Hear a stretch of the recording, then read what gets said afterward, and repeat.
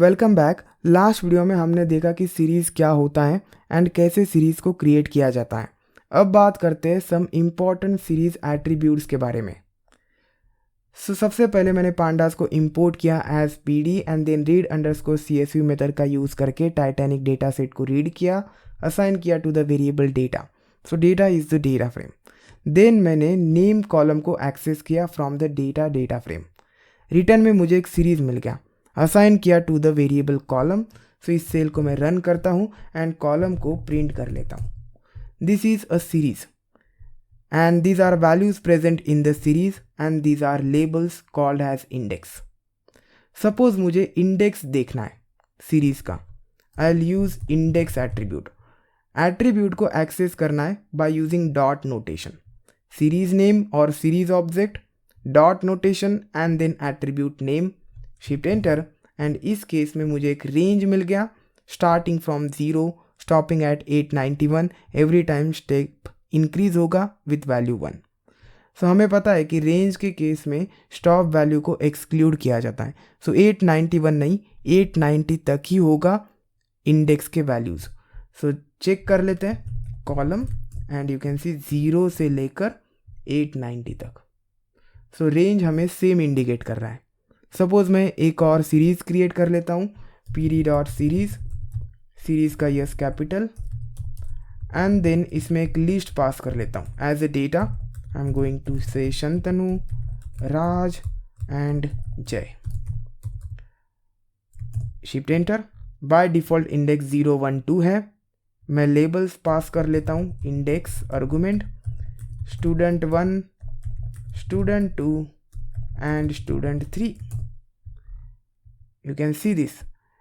अब चलिए index property को मैं एक्सेस करता हूँ। सो series object dot notation index, कुछ इस तरीके से भी आप एक्सेस कर सकते हैं। यू कैन सी इंडेक्स मिल गया and this 3 values are indices. Instead आप इस सीरीज़ को असाइन कर सकते हैं to the variable my underscore series. Variable में क्रिएट कर लेता हूँ and my underscore series dot index. So मिल गए इंडेक्स वैल्यूज़। अगर आपको वैल्यूज़ चाहिए तो वैल्यूज़ एट्रीब्यूट का आप यूज़ कर सकते हैं।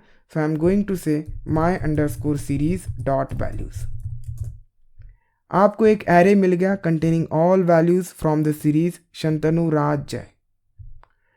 सपोज मैं कॉलम के ऊपर इसका यूज़ करता हूँ कॉलम डॉट वैल्यूज़। सो मुझे एक एरे मिल गया containing all the values from the column series. सबसे पहला ये name, second Bradley, let's C.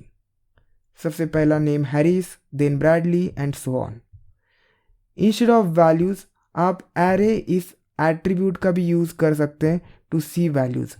Suppose मैं कॉलम डॉट एरे कर लेता हूँ, column dot array and you can see pandas array मिल गया containing all the values Harry, then Bradley and then so on.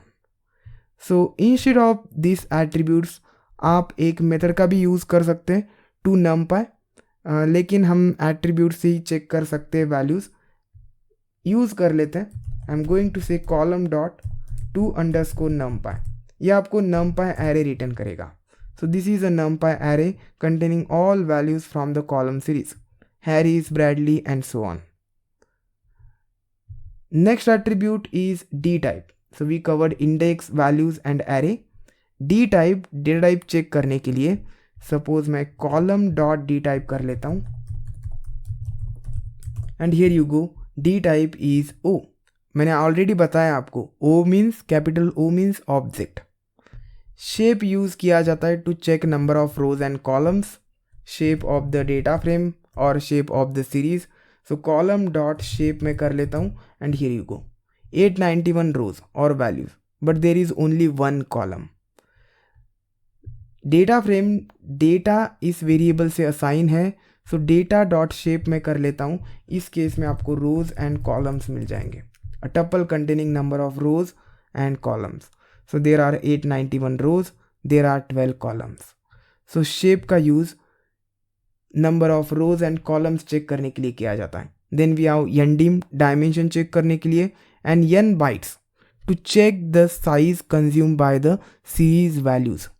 चलिए सबसे पहले एनडीम का यूज़ कर लेते हैं टू चेक द डायमेंशन मैं कॉलम डॉट ndim कर लेता हूँ and series 1 dimensional data structure होता है. Data is the data frame, data dot ndim, this is 2 dimensional data structure. अब चलिए n बाइट्स का यूज़ कर लेते हैं. n बाइट्स के बारे में बताता हूँ. It is used to check memory usage by the data only मैं बोल रहा हूँ.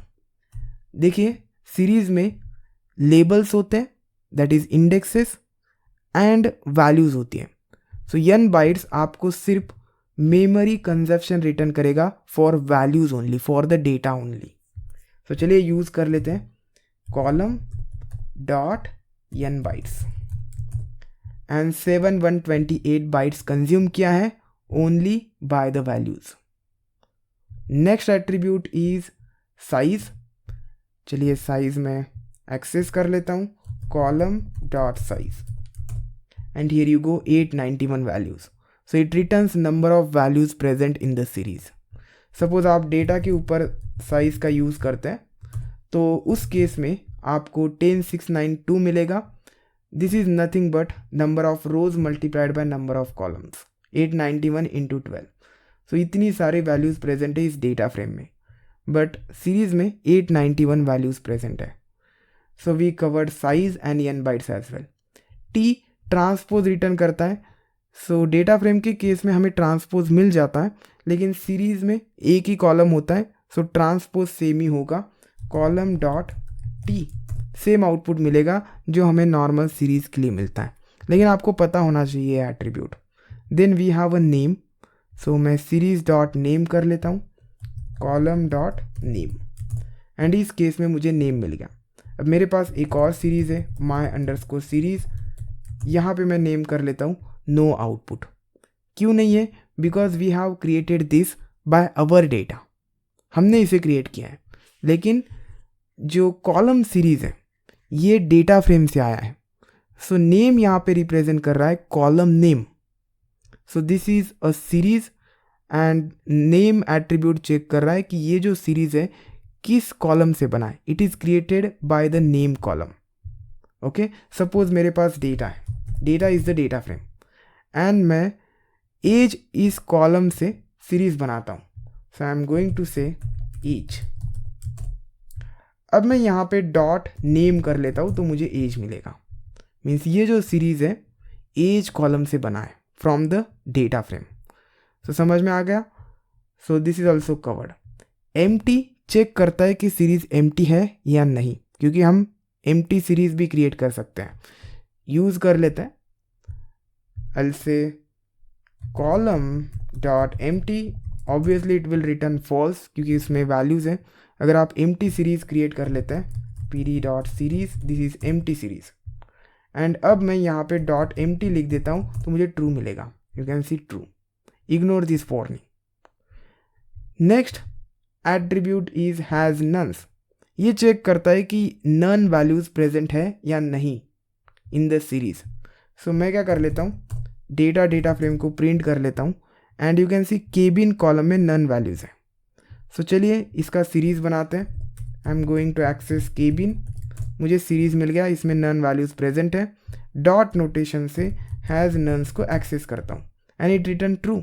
It means this series is having NaN value into it. Suppose मैं डेटा डॉट इन्फो कर लेता हूँ तो मुझे यहाँ पे मिल जाता है काउंट, जिससे मुझे पता चलता है कि कितने नल वैल्यूज़ हैं. सो केबिन इसमें 204 नॉन नल वैल्यूज़ हैं, बाकी सभी वैल्यूज़ नल है. There is a column fare जिसमें 891 नॉन नल वैल्यूज़ हैं. मीन्स इसमें नन वैल्यूज़ ही नहीं है. देयर आर 891 एंट्रीज एंड सभी नॉन नल वैल्यूज़ है इसमें. चलिए फेयर यूज़ कर लेते हैं for the series. So instead of cabin I am going to say fare. इस केस में फॉल्स मिलेगा क्योंकि उसमें नल वैल्यू प्रेजेंट ही नहीं है. आप सीरीज़ के ऊपर भी इन्फो लगा सकते हैं. सो माई अंडरस्कोर सीरीज़ एक जो हमने क्रिएट किया था पहले एंड इसके ऊपर मैं लगाता हूँ इन्फो मेथड. सो डेटा फ्रेम के केस में हमें कुछ इस तरीके का इन्फॉर्मेशन मिल गया। सीरीज़ के केस में हमें कुछ इस तरीके का इन्फॉर्मेशन मिल गया। कितनी एंट्रीज़ हैं, लेबल्स क्या है, std1 to std1, first and last label, type क्या है, सीरीज़ है, देन सीरीज़ नेम क्या है, नन, नहीं दिया है। अगर आप कॉलम से क्रिएट कर लेंगे, सपोज मैं कॉलम कर लेता हूँ यहाँ पे एंड कॉलम डॉट इन्फो कर लेता हूँ, तो इस केस में सीरीज़ नेम देखिए नेम होगा जिस कॉलम से क्रिएट किया है। नॉन नल काउंट, देन और भी बहुत सारी इन्फॉर्मेशन, मेमोरी यूसेज कितना है, डेटा टाइप्स कौन सा है, ये सारी इन्फॉर्मेशन आप चेक कर सकते हैं by using info method. So these are some important attributes जो आप यूज़ करेंगे for inspecting the series in pandas. Thanks for watching this video, will see you next time.